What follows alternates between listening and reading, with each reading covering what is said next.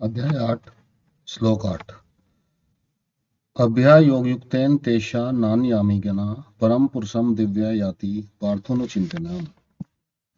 हे पार्थ, यह नियम है कि परमेश्वर के ध्यान के अभ्यास रूप योग से युक्त दूसरी ओर न जाने वाले चित्त से निरंतर चिंतन करता हुआ मनुष्य परम प्रकाश रूप दिव्य पुरुषों को अर्थात परमेश्वर को ही प्राप्त होता है।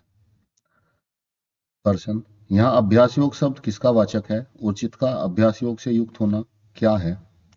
उत्तर, यम, नियम, आसन, प्राणायाम, प्रत्याहार, धारणा, ध्यान के अभ्यास का नाम अभ्यास योग है।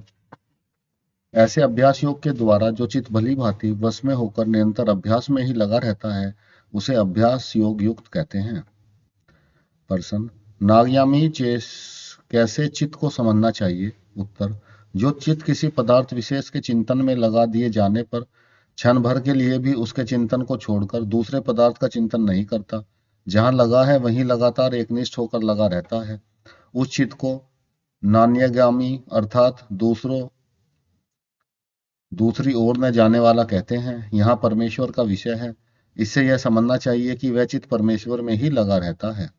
प्रश्न, अनुचिंतन करना किसे कहते हैं? उत्तर, अभ्यास में लगे हुए और दूसरी ओर न जाने वाले चित्त के द्वारा परमेश्वर के निराकार स्वरूप को जो निरंतर ध्यान करते रहना, इसी को अनुचिंतन कहते हैं।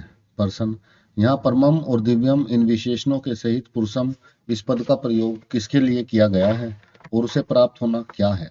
उत्तर, इसी अध्याय के चौथे श्लोक में जिसको अधिज्ञ कहा है और 22वें श्लोक में जिसको परम पुरुष बतलाया है, भगवान के उस सृष्टि, स्थिति और संहार करने वाले सगुण निराकार सर्वव्यापी अव्यक्त ज्ञान स्वरूप को यहाँ दिव्य परम पुरुष कहा गया है।